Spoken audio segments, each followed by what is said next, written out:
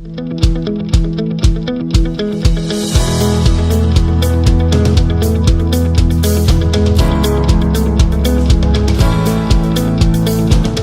my name is Matt Shira. I'm with Scofflaw Brewing in Atlanta, Georgia.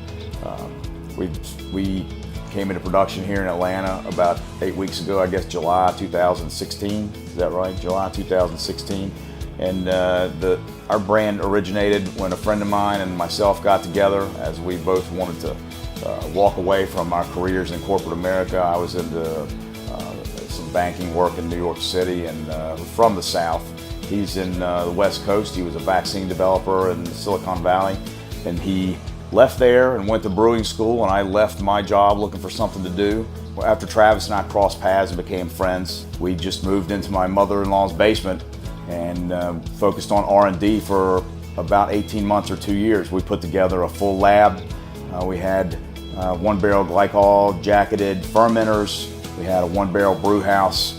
We spent money and time and resources, thousands of hours down in that basement trying to figure out what was the right thing to do, how to make our product what we wanted it to be. So it didn't take us long when we came out of that basement to get to market with the right products. Scofflaw, what does Scofflaw mean?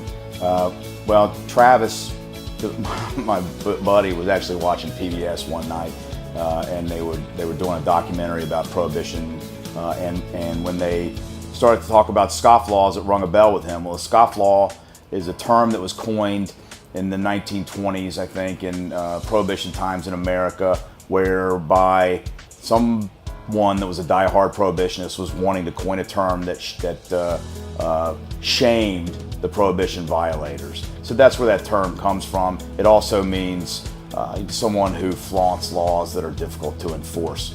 We came up with that. He came up with the name. I came up with the goat. I thought the goat was a perfect representation of the scofflaw because everybody knows how asinine goats are. So it fit very perfectly with what I think we are in our brand.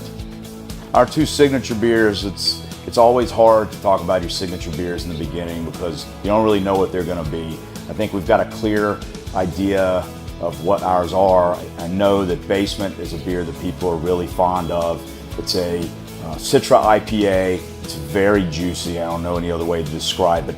Hop forward. It's got a great nose on it. It's very dank. It's crystal malts. Definitely an East Coast style of an IPA, and it's really very pleasing. So that's the beer that people are really focused on at this point in time. We have another double IPA. It's really an outstanding product. It's called Double Jeopardy. It's got some Galaxy hops in the product. So it's dry hopped 4 times throughout the dry hopping process.